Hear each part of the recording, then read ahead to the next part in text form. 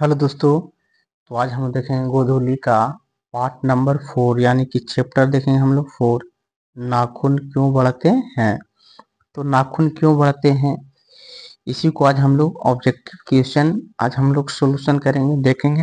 तो ये 2025 एग्जाम के लिए पूरा वेबी वीवीआई इम्पोर्टेंट क्वेश्चन है। तो आई होप आप लोग वीडियो पीछे वाला सब लोग देख लिए होंगे। जो पीछे का वीडियो नहीं देखे हैं पूरा पढ़ने का हिंदी है, गोधूली का पीछे का तीनों चैप्टर का ऑब्जेक्टिव अपलोड किया जा चुका है। तो आप लोग फटाफट उस वीडियो पे जाइए और ऑब्जेक्टिव को फटाफट आप लोग देख लीजिए ताकि आपको किसी तरह की दिक्कत नहीं हो। तो आइए हम लोग सीधा ऑब्जेक्टिव को चलते हैं। पहला क्वेश्चन है, नाखून का इतिहास किस पुस्तक में मिलता है। तो कामसूत्र में। किसमें मिलता है?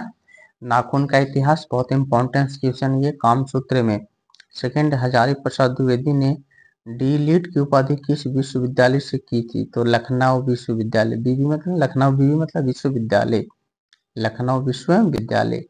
क्वेश्चन नंबर देखेंगे हम लोग। क्वेश्चन नंबर 3, कहानी में चंद्राकार, त्रिकोण, दंतुल, वर्तुलाकार आकृतियों का संबंध मानव के किस आंख से है, अंग से है। तो नख से। किससे है? नख से मतलब नाखून से। अलकत का अर्थ क्या होता है? अलकत का अर्थ होता है आलता। क्या होता है? आलता। चलिए आगे देखेंगे। क्वेश्चन नंबर 5, द्विवेदी जी ने को साहित्य अकादमी पुरस्कार किस रचना पर मिला था। तो आलोक पर्व पर। किस पर मिला था? आलोक पर्व पर। तो आप लोग फटाफट वीडियो को लाइक कर दीजिए, बस चैनल को सब्सक्राइब कर दीजिए। फिर है, प्राचीन मानव का प्रमुख अस्त्र शस्त्र कौन। तो पहले के जमाना में लोग लड़ाई झगड़ा कैसे करते थे? तो नाखून के माध्यम से। कैसे करते थे? नाखून के माध्यम से।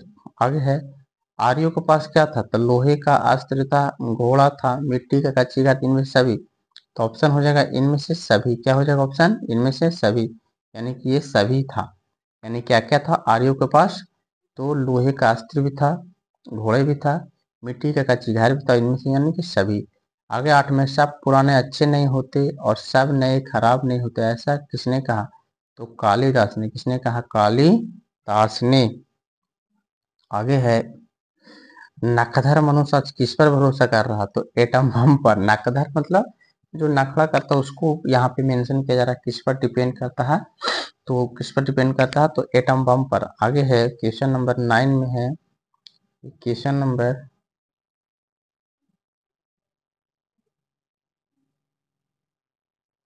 आगे है, क्वेश्चन नंबर 10, मनुष्य की मनुष्यता यही है कि वह सबके दुख सुख को सहानुभूति के साथ देखता है। यह तथ्य किसका है? तो गौतम बुद्ध का है। किसका है? गौतम बुद्ध का। आगे देखें क्वेश्चन नंबर 11। 11 में है कि नाखून क्यों बढ़ते हैं, निबंधकार कौन है। तो आचार्य हजारी प्रसाद द्विवेदी। आचार्य हजारी प्रसाद द्विवेदी ने साहित्य के किस विधा में लेखन नहीं की। तो कहानी में लेखन बिल्कुल नहीं किए। आगे देखें क्वेश्चन नंबर 13 में है, कौन सी रचना हजारी प्रसाद द्विवेदी की नहीं है। तो माटी की मूर्ति हजारी प्रसाद द्विवेदी के नहीं है। अशोक के फूल हैं, बाणभट्ट की आत्मकथा है, हिंदी साहित्य का आदिकाल है, लेकिन ये माटी की मूर्ति नहीं है। फिर द्विवेदी जी ने निर्लज अपराधी किसे कहा। तो नाखून को कहा, क्योंकि लोग नाखून को बार बार काटते हैं और नाखून क्या हो जाता है? बार बार बढ़ जाता है। 15 में है, कामसूत्र किसकी रचना है। तो वात्स्यायन की। सिक सिकटक का अर्थ क्या होता है। तो मोम होता है, जो पिघलता है ना उसी को क्या कहते हैं? मोम। फिर है, महाभारत क्या है। तो एक पुराण है। क्या है महाभारत? एक पुराण है। हजारी प्रसाद द्विवेदी द्वारा रचित पाठ क्या है। तो नाखून क्यों बढ़ते हैं। ललित निबंध क्या है। तो नाखून क्यों बढ़ते हैं। निबंध है, लेकिन कैसा निबंध है। तो ललित निबंध है। क्या? नाखून क्यों बढ़ते हैं। आगे 20 में, पुराने का मोह सब समय वांछनीय ही नहीं होता, किस लेखक की पंक्ति। हजारी प्रसाद द्विवेदी। किसके द्वारा रचित है? हजारी प्रसाद द्विवेदी।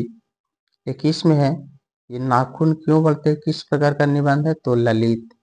दधीची की हड्डी से क्या बनता है। इंद्र का वज्र बनता है, यानी इंद्र का प्रहार जो होता है ना, दधीची का हड्डी से बनता है इंद्र का वज्र। फिर महावीर प्रसाद द्विवेदी जी का जन्म कब हुआ। तो 1907 ईस्वी में हुआ था। चलिए आगे देखेंगे हम लोग। आगे है, हजारी प्रसाद द्विवेदी जी का जन्म कहाँ हुआ। तो बलिया उत्तर प्रदेश। बलिया कहाँ पर था? उत्तर प्रदेश।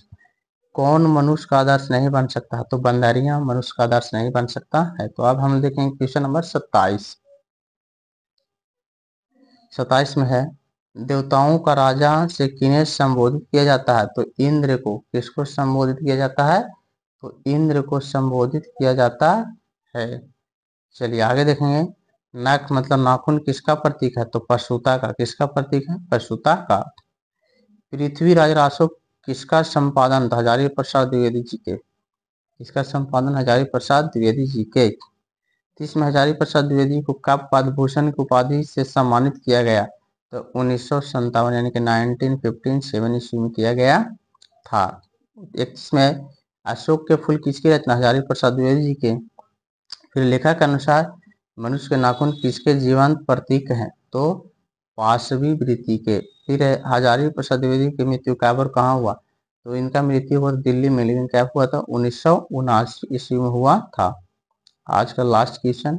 इसके पहले आप लोग हमारे चैनल को फटाफट सब्सक्राइब कर दीजिए, वीडियो को लाइक कर दीजिए। आगे है, क्या क्वेश्चन है कि सहजात वृत्तियां किससे कहते हैं? तो अनजान स्मृतियों को कहते हैं।